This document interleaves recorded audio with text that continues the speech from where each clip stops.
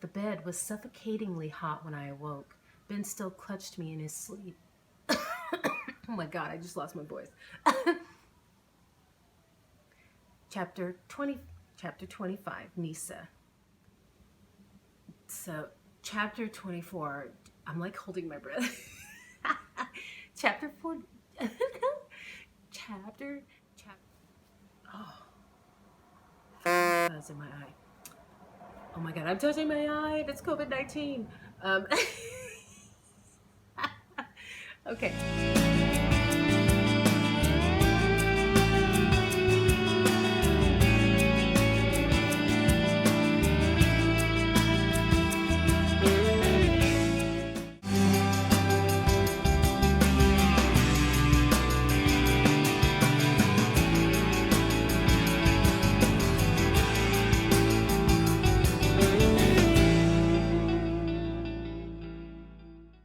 You might be wondering why I'm constantly saying to like and subscribe and hit the little bell icon for my videos.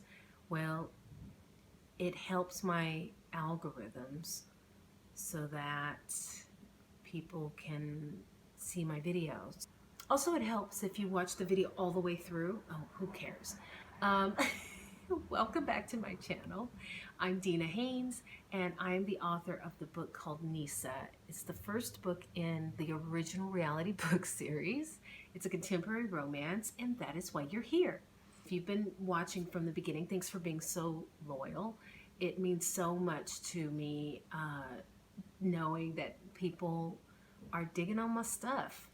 And if you're new to my channel, this would be a good time to go back to the beginning. There's going to be a link in the video as well as down below in the description. And if you want to volunteer to be the next heroine and have a book named after you with the hero of your dreams, there's also a link below in the description where you can sign up. But in the meantime, yeah, I'm about to drop some spoilers on chapter 24, so let's do this. Intense. Ben found out, and you guys found out, that Neesa is pregnant. He didn't take it well, which probably doesn't come as a surprise to you if you've been following along from the beginning. Yeah, it just didn't end well. He's basically like, I need time to adjust and to think about it. And she's just like, you're a jerk. No, I'm kidding. Um, I mean, she seems to be there for him, and I think it hurt her feelings, but at the same time, it probably doesn't come as a surprise to her either. So let's not waste any time. Let's get on to chapter number. Let's get on to chapter 25. This is going to be from Neesa's perspective, so we can find out how she took his reaction. Chapter 25, Neesa's perspective. The bed was suffocatingly hot when I awoke. Ben still clutched me in his sleep like a long-lost teddy bear he feared would disappear again. I didn't have the heart to pry his arms and legs off me. I knew his childhood was bad, but I was shocked by how scared he was at the prospect of having kids. I almost didn't take it personally. He said he needed time to think. Adjust, he had corrected himself. What did that even mean? Would he do it alone, taking time off from the relationship to go find the courage to continue? I couldn't bear the thought of him leaving, which reminded me why I hadn't wanted another relationship in the first place. I didn't want anyone to rule my emotions but me, yet I'd crossed the line weeks ago, losing control at the hands of another human being. Witnessing the terror in him, I realized it cut both ways. My leg had gone numb sometime in the night, frozen like twisted metal with his hulking body draped over mine. I shifted and rotated it until the blood rushed back to the limb again. He stirred awake and slapped a hand over his face, freeing me at last. I took the opportunity to get up and give him some space. He might get up and leave, so I busied myself to avoid thinking about it. By the time I donned my slipper socks and walked into the kitchen, the house's chill had set in, so I doubled back to the thermostat and turned on the heat. Ethiopian coffee beans called to me. I dug the bag out of the cabinet along with the electric grinder and began to boil the water for the French press. In the meantime, I retrieved a makeup remover sheet from the guest bathroom and worked it over my face. I heard Enola's nails on the hardwoods as she joined me in the kitchen. I picked her up, cuddled her, and subjected myself to a tongue bath. After last night's ordeal, I was worried what Ben's mood was going to be like. I prayed he'd had a change of heart, but knew he wouldn't ask me to hold my breath. The sound of the refrigerator opening made me whip my head around. Ben pulled out the caramel-flavored creamer and set it next to the single-serve coffee machine he'd brought into my home. He sat his mug under the dispenser. The least I could do was convince him to use the natural brand creamer, though he still poured almost a quarter of it into each cup. The kettle clicked and I poured the boiling water into the French press and set the timer to wait while it brewed. With sleep in his eyes, Reuben ambled over to the pantry to receive his caffeinated coffee pod, plugged it into the machine, and pressed the start button.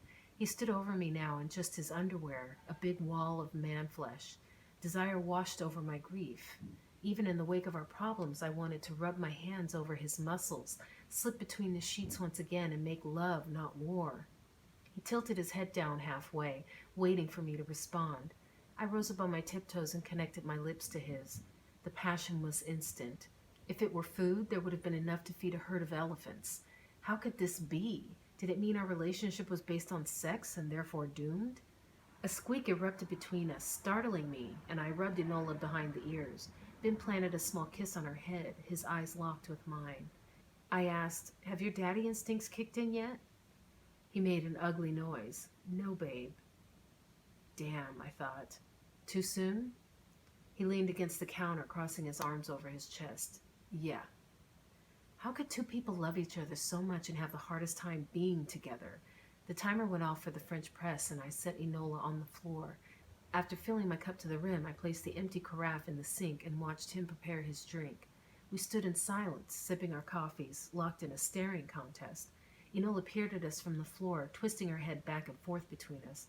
She would be my rock when the dust settled, no matter how things worked out.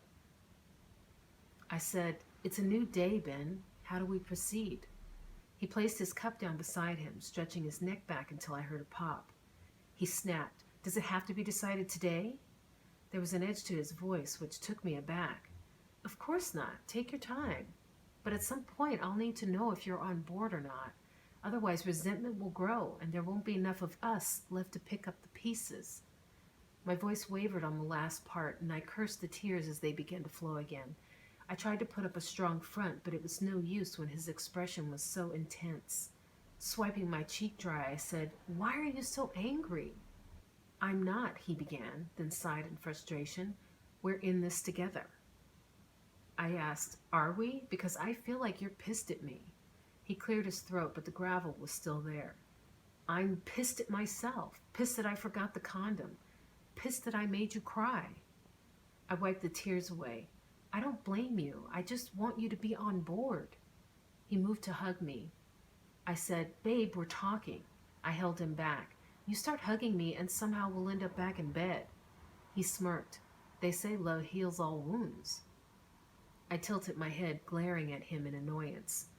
He said, "I'm sorry, but I don't know how to act right now. I can promise you hashing it out in my current state won't help because I'm not going to have the right words to say on this topic. Any ideas on something I can work on in the meantime? Because I'm fresh out." The prospect seemed dire at this point, but I'd have to give him space to tell. I said, "Maybe it's time you took that trip to Colorado." The light behind his eyes dimmed. "No." His answer shocked me. I said, "Well, why not? I mean, if your father managed to have a successful go at being a good husband and raising kids, and you can see it with your own eyes, maybe you can accept yourself in that role. Fatherhood is not the end of the world." He sighed and rolled his eyes back as if I'd nagged him about this a million times. He said, "What if he's an abusive alcoholic child molester, huh? What then?" I gaped. Why was he being so stubborn about this? Not a day had passed since he declared his love for me, and here I was, more worried about our chances than ever before. "I can vouch that you are none of those things. If he turns out to be a lowlife, come home, and we'll prove you're the exception." He backed off the hostility and said, "Don't you see? You're already doing that, baby doll. I don't need to go to Colorado. I just need time and patience." He couldn't push this to the side by mitigating the circumstances. That whole "I don't need help because I'm already cured" bullshit. I wasn't buying it, but I had to eat it for the time being. He shook his head at me and smiled. Annoyed, I said, "What?" He said, "For once in my life I have someone who challenges me to be a better man." He threw his head back and rolled his eyes. Fuck, could I be any cornier? His deflection felt like a dismissal. I wished I had the luxury of being mad, but that would only worsen things. I approached him, sliding my arms around his waist. Do it for me? I peered up at him. Please? His face was an impervious mask, but his muscles tensed, betraying how he really felt. Don't push me on this, Neesa. It's not your call. I said, but what if it's the one thing keeping us from moving forward? Why wouldn't you do it? He said, I love you. Isn't that enough? I said, I want you to love our baby. His body had gone so still that his contempt became an almost tangible thing. I understood that going to Colorado was a big deal for him, but why was he digging his heels in when it could potentially solve our problem? I said, please, will you think about it? He ground his molars, giving his jaw muscles a serious workout. Yeah, I'll think about it. I said, thank you. Behind his eyes was doubt. I had a sense that he was telling me what I wanted to hear and nothing more. He might have let me win this fight, but the winner of the battle was still undetermined. He groused, I can't believe I let you push me around. Could my dick be any smaller? I smirked. We both know that isn't true. Enola barked, upset she was being left out. He said, now your dog's taking a whack at me? Jeez. He made a slicing noise. There go my nuts. Enola barked some more, and I laughed for real this time, but it came at the expense of knowing I was being manipulated, and I fell for it only because I didn't want to argue anymore. He dipped his head down and kissed me. He moaned. He pulled back, waggling his brows, and in a girly voice said, let's go bra shopping. More than a week later, on a Saturday morning, I sat at a four-top with the girls at One Pico restaurant in Santa Monica. An older Hispanic guy bussed our table and offered us more coffee. I reminded him mine was decaf. After we filled our cups, we went back to grilling Annabelle about her poor excuse for her husband. She was in full Moody Bell mode, and I was right there with her. I said, so let me get this straight. He made you quit your acting class and teaching spin? She said, well, yeah. He says maybe in a few months he might let me teach again. I really miss it. Steam practically shot from Claire's ears. And why is it you can't leave him again? I like to pin him down with my 5-inch metal stiletto pumps and ram a cattle prod up his ass. I flashed her a look, which she ignored. Annabelle wouldn't tolerate much more of our meddling before she shut down. Annabelle continued, he was really mad when he found out about the acting class. He told me not to do it in the beginning, and I knew better. Plus, I think he's stressed from work. Claire yelled, he plays video games for a living. People's heads whipped around, but there was no controlling Claire once her temper flared. Annabelle said, actually, he creates them and manages his own team. It's very stressful. Besides, I'm sure it's only temporary. Claire said, what about all the regulars you built up? By the time he lets you teach again, you'll have to start from scratch. All that work and effort wasted over his ego. Bastard. I said in a more reasonable tone, we're worried about you. This isn't normal behavior, and you don't have to accept it. Annabelle sipped the last drop of her mimosa. Hey, in another couple years, I can apply for citizenship, and then I can leave him. I said, we feel helpless, right, Claire? I mean, things have gone from bad to worse for you. Annabelle said, there's no way I'm getting a green card now unless I stick with Jeff and do what he says. He's not all bad, you know. It could be worse. Her shoulders slumped. She looked worn out from the discussion. Having to defend herself to two independent blowhards couldn't have been easy. All of a sudden, she perked up. Why are we talking about my husband when you have such good news, Neesa? I can't believe you're pregnant. I knew you and Ben were meant for each other. As Claire gave her the cutoff signal, I sipped my water. Annabelle asked, what? What's wrong? I glared at Claire while answering Annabelle's question. I don't think Ben wants to have a baby with me. Annabelle's eyes went wide. I'm sure that's not true. What did he say? I said, he said he needs time to think about it. But there's nothing to think about. I'm having this baby with or without him. She reached out and squeezed my hand. I'm sorry, Neesa. He'll change his mind. Claire added, that's what I keep saying. I said, you didn't see him when I dropped the news. It was like I told him he had cancer or something. They groaned and protested as though I was exaggerating, but I kept on. You weren't there. He broke down, and now he's being all distant and mysterious. He's done a complete 180 on our relationship. I shook my head and continued. He talked like he was all Mr. Condom. But then one time, and that's all it took. How was I supposed to know we'd end up sleeping together on that first date? I never even planned to go out with him, let alone sleep with him. And then, stupid me, I forgot to tell the doctor I'd had unprotected sex when I got on the pill again a couple weeks later. They assured me it shouldn't cause any damage to the fetus, but still, the whole thing's a disaster. Their silence spoke volumes about the pickle I was in. Forcing a smile that I didn't feel, I said, I don't know why I'm stressing out about it. I mean, even if he chooses to leave, I can raise the baby on my own. I have the perfect job for it, working mostly from home, and money is good. It was obvious they knew I was hiding behind false pretenses from the sad looks they exchanged. A lot more was at stake than just child support. Annabelle said, yeah, but you love him, and he loves you. I stared at the coffee grounds staining the bottom of my cup until they went blurry through my tears. Annabelle sounded on the verge of tears herself when she said, oh, don't cry.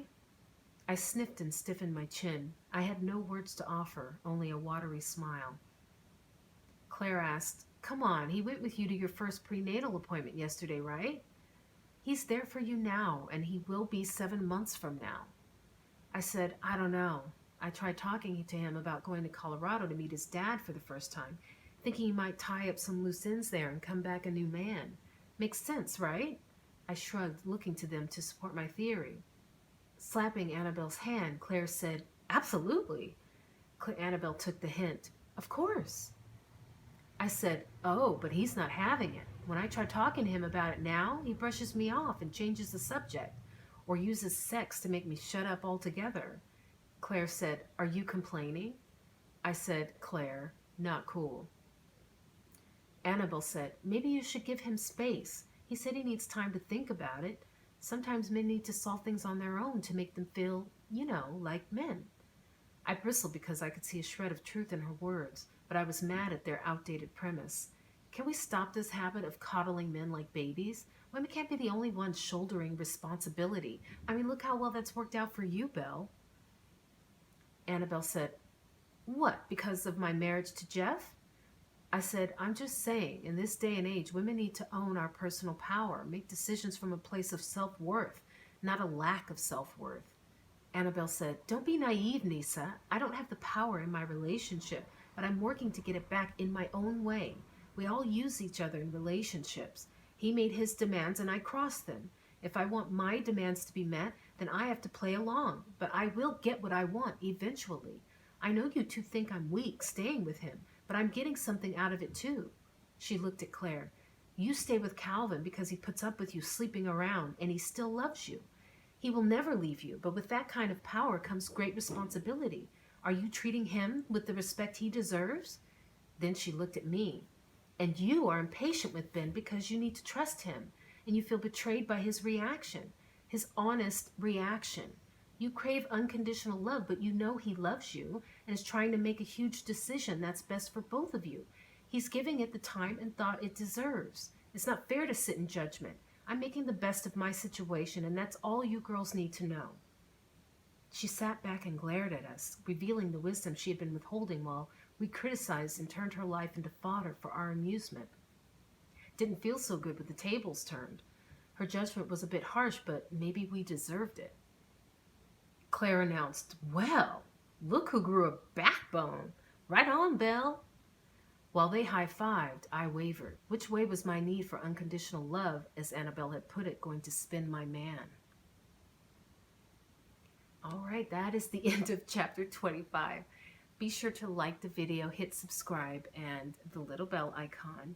And I'll see you next time for chapter 26, which will be in Reuben's perspective.